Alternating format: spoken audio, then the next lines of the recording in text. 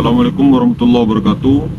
Saudara-saudaraku, kita semua mengetahui bahwa kenikmatan yang paling besar di muka bumi ini adalah kenikmatan musyahadah dengan Allah Subhanahu wa Ta'ala.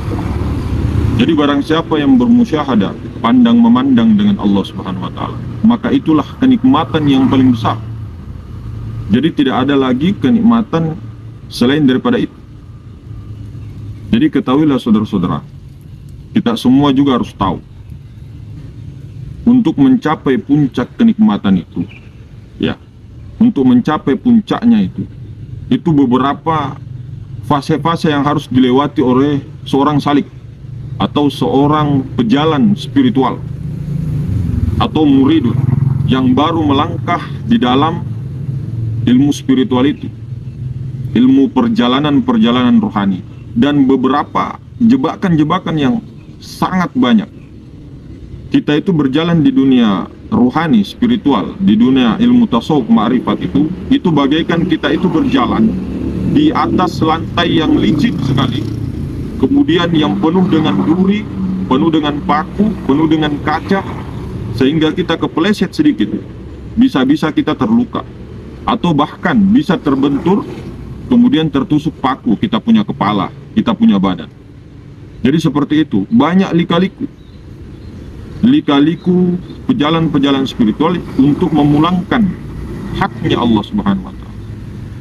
Maka yang paling pertama, kita harus tahu dulu, kita harus tahu yang mana yang dikatakan nafs itu, si jiwa, yang mana yang dikatakan diri yang dimaujudkan itu. Sementara diri yang dimaujudkan itu adalah diri kepalsuan, diri ego, diri pikiran, diri prasangka, wujud-wujud prasangka yang dimaujudkan. Nah, segala sesuatu yang dimaujudkan atau awalnya tidak pernah ada, kemudian diadakan, yang kelihatannya ada, itu sebenarnya pada hakikatnya tidak ada. Nah, ini yang pertama mau dibongkar, yang mana. Nah, itulah yang dikatakan nafs. Makanya di dalam Al-Quran, ya ayyatuhan nafsul mutmainnah, itu wahai jiwa-jiwa yang tenang, itu yang dipanggil jiwa, jiwa-jiwa yang sudah tenang. Kemudian di situ dikatakan kullu nafsin za'iqatul maut, bukan kullu ruhin, bukan juga ya ayyatuhan ruhi, bukan. Jadi nafs, si nafs, jiwa. Jiwa tuh meliputi ego, pikiran, ya, akal pikiran kita, nafsu dan sebagainya. Nah, itulah diri kita yang mau dihilangkan, mau dimatikan, didiamkan gitu loh, diheningkan. Makanya mutu qabla anta mutu, matikan dirimu sebelum engkau mati. Yang dimaksud itu si nafs, ditenangkan, didiamkan. Nah, ini makanya dikatakan juga man arafa nafsahu, nafs, si nafs, si jiwa. Jadi dari mana asal jiwa ini sebenarnya? Sementara kita tahu tubuh, hati, nyawa, rahasia itu adalah haknya Allah Ta'ala. Hak itu adalah wujud. Tubuh, hati, nyawa, rahasia itu wujud, bukan maujud. Yang maujud itu, ya, yang maujud diadakan itu adalah wujud sangka-sangka, yaitu sinapsi. Nah, kita tahu dari mana asal sinapsi ini. Nah, kita kembali di alam kandungan. Ya, dikatakan di situ, wahai anak bayi, ketika ada suara berkata ah, ingatlah Tuhanmu. Ketika ada suara berkata i, ingatlah dirimu. Ketika ada suara berkata u, ingatlah nabimu. Nah, a, i, u. A, ingat Tuhan. I, ingat diri. U, ingat nabi. Maksudnya bagaimana? Ketika ada suara berkata a, ingatlah nur ilahi, ruhul kudus, atau ruh sultan, atau ruh idofi. Itu letaknya, barisnya ada pada insan itu sendiri. Nah, kalau insan dikaitkan dengan huruf alif ketika berdiri, maka titik alif, titik huruf A, baris atas itu, A, itu ada di pusar. Ruh kudus atau nurzat ilahi itu kedudukannya di pusar, baris atasnya. Nah, itu dikatakan ingat Tuhanmu, karena ini tersambung daripada nur ilahi, ruh maha suci itu. Nah, kemudian ketika ada suara berkata i, berarti baris bawah i itu di tulang sulbi. Nah, ini asal mula kejadian manusia. atau si jiwa itu dari tulang sulbi, dari mulai lahirnya daripada jasad itu, disuruh ingat itu. Diri kita bukan yang jasad, tapi yang jiwa itu, yang di dalam jasad. Makanya kenapa kalau kita USG anak-anak kecil itu sebelum 4 bulan ditiupkan ruh, itu sudah gerak-gerak. Itulah si jiwa. Itulah diri kita itu yang mau dimatikan. Pikiran itu, yang ego itu yang gerak-gerak itu. Sementara ruh itu ditiupkan pada saat 4 bulan, kurang lebih. Nah, di situ. Kemudian ketika ada suara berkata itu letaknya di sini, jidat. Nah, itu disuruh ingat Nur Muhammad. Ingat Nur Ahmad, Nur Muhammad. Nah, Nur Muhammad ini itu bertajalli. Nah, itu aslinya sebenarnya ruh. Nur Muhammad ini aslinya itu adalah ruh. Tapi ruh yang mutlak. Dari tadi ruh suci, ya, ataupun dikatakan zat yang maha suci itu adalah nur ilahi. Kemudian bertajalli menjadi roh kudus, atau bisa dikatakan roh mutlak. Itu Nur Muhammad. Kemudian ini letaknya, tajallinya itu waktu sejak zaman Nabi Adam. Jadi sejak zaman Nabi Adam itu letak daripada Nur Muhammad itu pertama ada di kepala, ada di ubun-ubun ini. Ketika Sayyidina Adam itu mempunyai keinginan. Jadi Nur Muhammad itu letaknya di sini. Kedudukannya bukan berarti Nur Muhammad itu bertempat, tidak. Kedudukannya itu ada di sini. Nah, kemudian kedudukan A itu, baris A ada di pusar, kedudukan I ada di tulang sulbi. Nah, kedudukan air mani sebelum ke situ ya di atas dulu, di ubun-ubun dulu. Nah, ketika Nabi Adam berkeinginan untuk dengan Sayyidatuna Hawa radhiyallahu anha untuk membuat keturunan, membuat keturunan itu punya keinginan. Nah, ini makna unsur api. Setelah dari nur kemudian nar, makna unsur api ada keinginan nafsu, bernafsu. Kemudian di saat itu, setelah keinginan itu ada, dipanggillah Siti Hawa, istrinya sendiri. Ini pada saat sudah di bumi, membuat keturunan. Kemudian goyang-goyang, ya, membuat gerakan naik turun seperti gerakan angin. Nah, ini artinya hawaun ataupun angin, unsur angin, ya. Kemudian setelah unsur angin itu, maka terjadi terus naik turun, keluarlah unsur air, yaitu air mani itu sendiri, unsur maun. Nah, kemudian dari maun itu pergi nanti ke Siti Hawa, jadi turobun nanti, jadi api, angin, air, tanah, unsurnya, unsur halusnya dari situ. Maka si jiwa ini tumbuh, ya, daripada tulang sulbi Adam sebenarnya. Ketika tajalli daripada Nurzat, kemudian Nur Muhammad, kemudian dia turun. Ketika keinginan itu ada, kemudian bercampur, dia turun sampai ke tulang sulbi. Nah, tulang sulbi inilah tempatnya daripada air mani itu kemudian memancur keluar. Makanya ada dikatakan Mada Madi Mani Manikam. Nah, itu Wada Wadi Mani Manikam, ada juga yang seperti itu. Nah, dari mana asal air mani ini? Tentunya kita tahu daripada saripati makanan. Nah, saripati makanan itu daripada hewan-hewan, bisa tumbuh-tumbuhan. Nah, itu semua asalnya dari tanah. Nah, tanah ini dari air ini dari angin ini dari api ini dari, kembali lagi kepada Nur Muhammad. Nah, Nur Muhammad dari Nur Allah dari Nur Tuhan, Nur Allah dari Tuhan itu sendiri. Jadi seperti ini. Kita sudah tahu bahwa jiwa ini yang mau didiamkan atau dalam istilah dimatikan. Tapi dimatikan di sini bukan kita mati, tapi di sini mati secara maknawi. Mati secara sebelum ajal itu. Nah, makanya bagaimana? Makanya ada dikatakan auzubillahi minasyaitonirrajim, aku berlindung. Jadi si nafs ini disuruh berlindung, rasa keakuan ini, keakuan kita yang melihat, mendengar dan sebagainya, pikiran dan perasaan itu tenang, diam, tidak berpikir apa-apa, kemudian sadar di dalam kesadaran bahwa ini adalah haqqullah Ta'ala, ini adalah tajalli Allah Ta'ala, yaitu Nur Muhammad yang nampak. Nah, kemudian yang memandang itu adalah ilah itu sendiri. Jangan sampai kita merasa ada perasaan, ada pikiran bahwa yang memandang itu kita, kemudian yang dipandang adalah Nur Muhammad.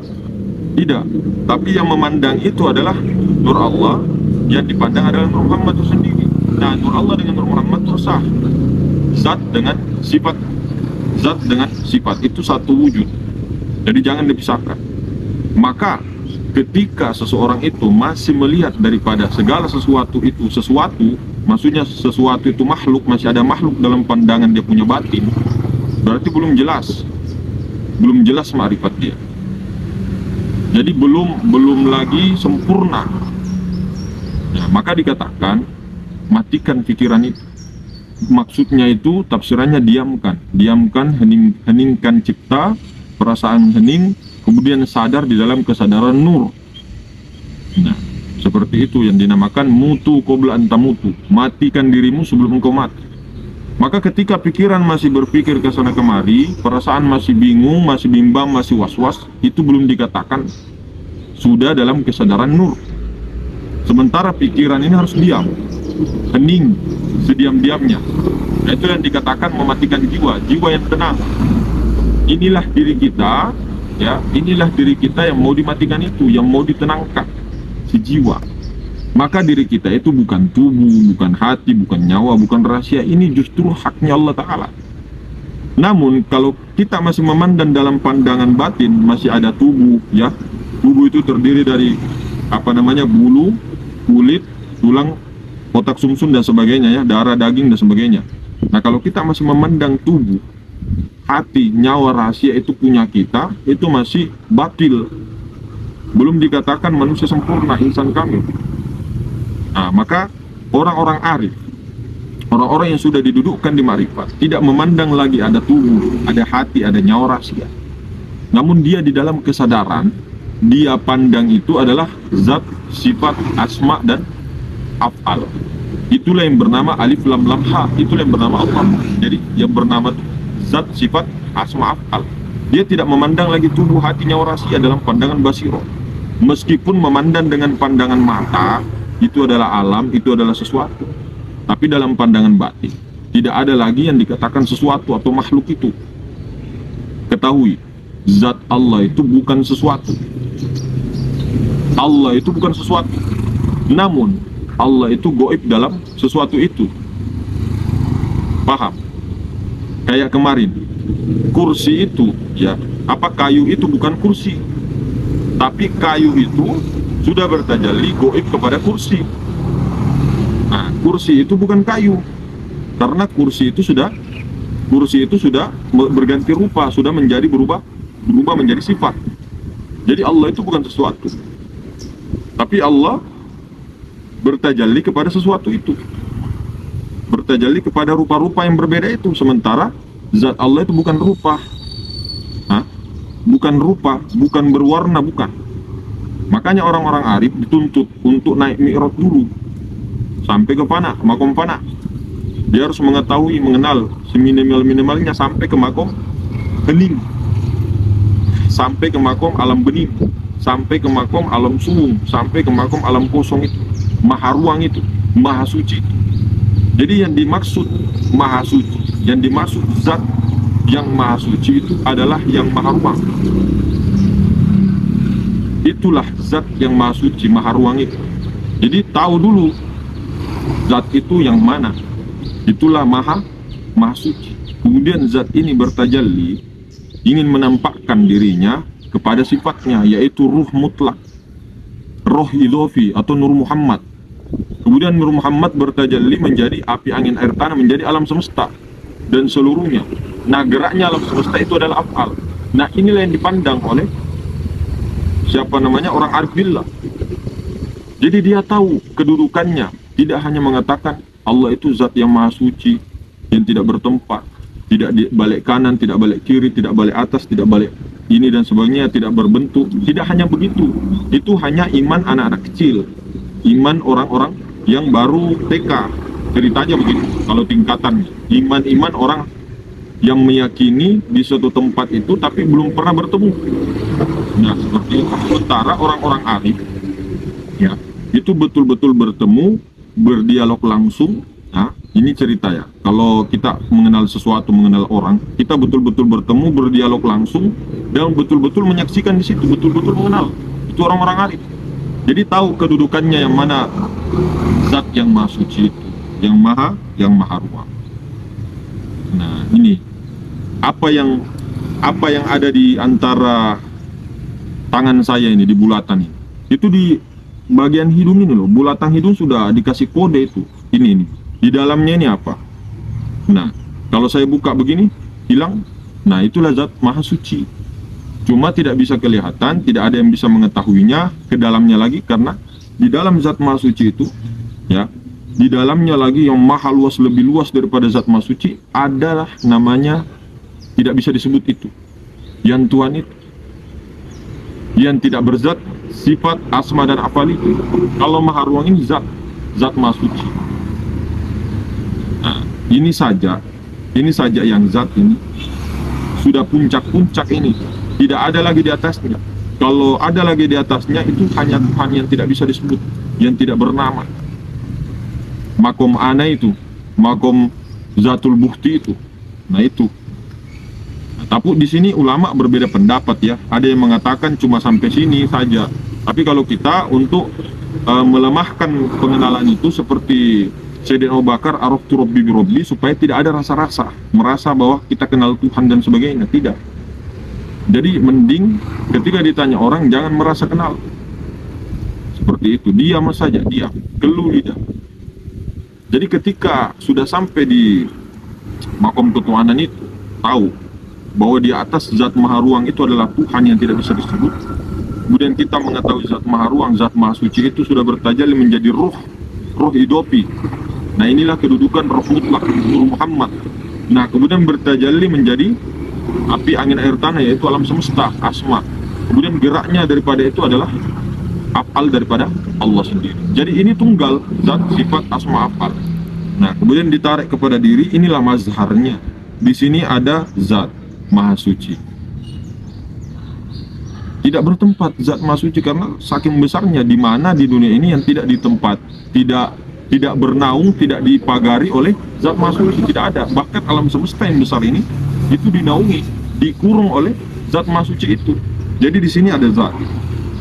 Saya pindah juga di sini juga tetap ada. Itu isyaratnya lubang hidung dua itu kosong. Nah, itu zat maha suci. Kemudian, nah, di sini juga ada roh hidofi. Yang mana? Itu ruh. Roh hidofi itulah Nur Muhammad. Nah, kalau zohirnya nafas.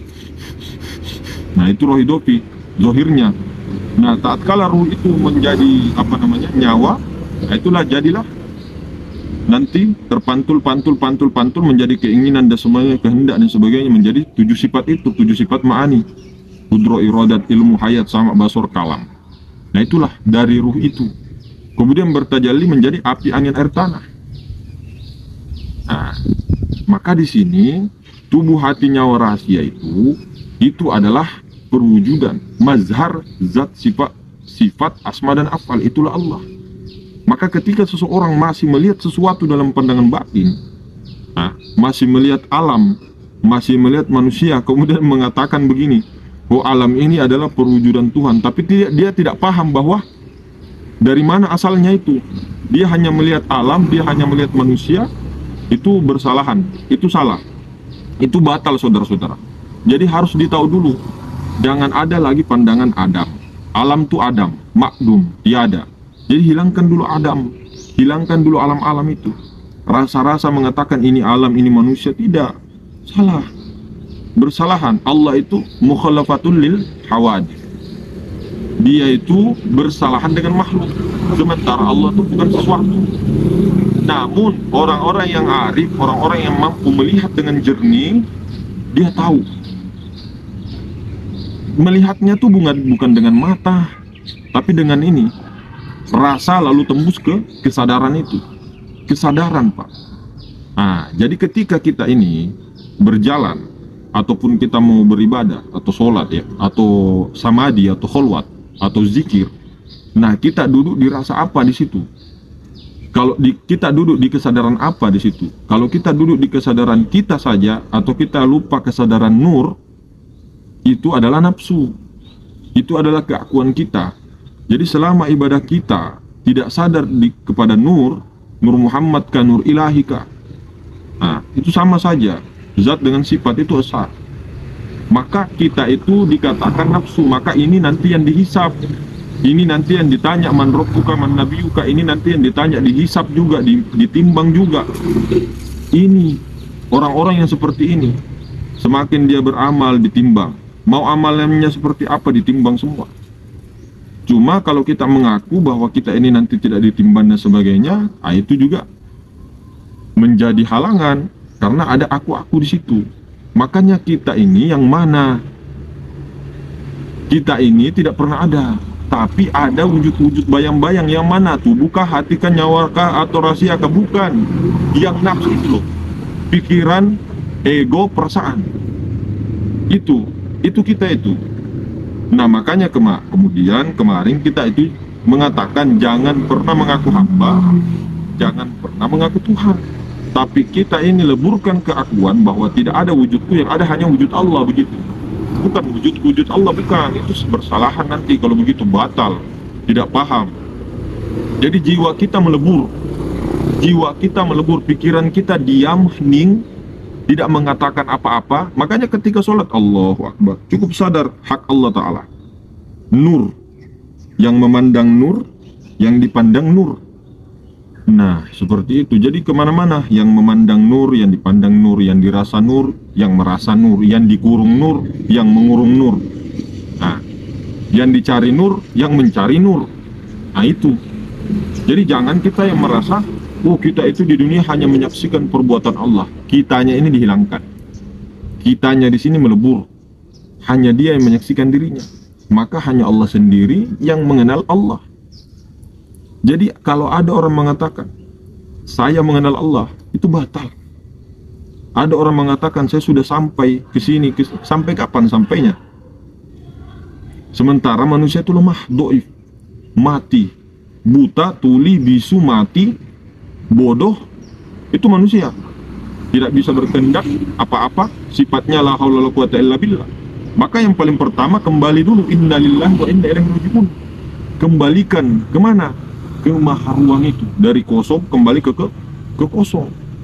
Akui itu bahwa ini haknya Allah Ta'ala yang menanggung amanah, aminah. Siapa yang menanggung itu dikembalikan.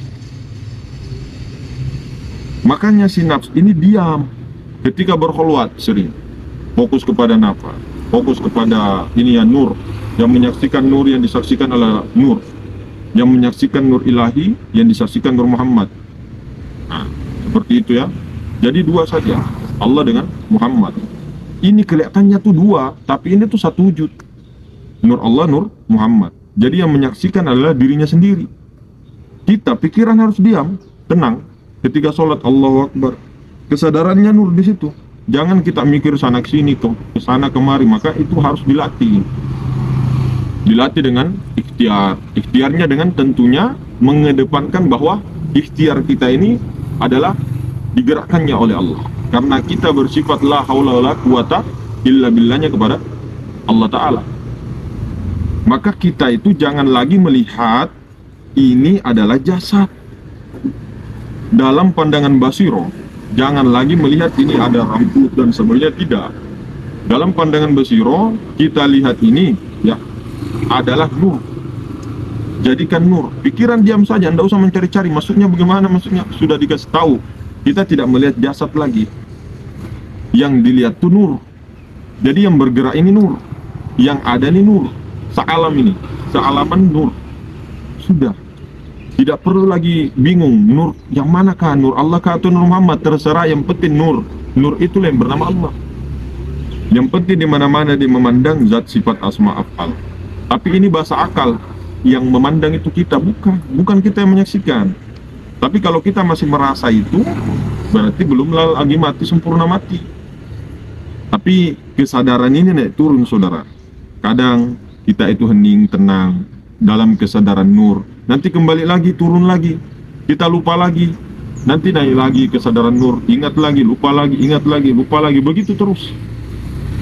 Tapi memang itu semua adalah kehendaknya Allah Ta'ala. Seperti itu. Beda lagi kalau orang-orang mabuk ya, orang-orang syakar, mengeluarkan kata-kata anallah, subhani, subhani, masuci aku, masuci aku. Nah itu orang-orang mabuk. Tapi kalau kita dengan sadar, tidak tahu lagi yang mana zat, tidak tahu lagi berlindung, tidak tahu memindahkan rasa kesadaran itu, wah, baru kita mengatakan aku Allah, bahaya. Tapi kalau orang yang sudah didudukkan di situ, tidak masalah, terserah. Cuma kalau orang yang sudah paham harusnya diam, kecuali memang untuk belajar, memang dia punya tugas, ya, tugas-tugas masing-masing. Makanya ada dikatakan ismuru dengan nama ruhani. Kalau orang yang ismuru, nama ruh, itu semua sama, Ahmad Mustafa atau Muhammad Mustafa, Nur Muhammad, Ahmad, itu nama ruh semua, sama dengan Nabi Muhammad SAW dan segalanya. Tapi ada memang nama-nama ruhani yang diberi tugas oleh Allah Subhanahu Wa Taala, atau memang dilantik oleh baginda Nabi, atau dilantik oleh Nabi Khidir, atau mursyidnya sendiri, diberi nama ruhani. Jadi beda ismu ruh, nama ruh, beda dengan nama ruhani.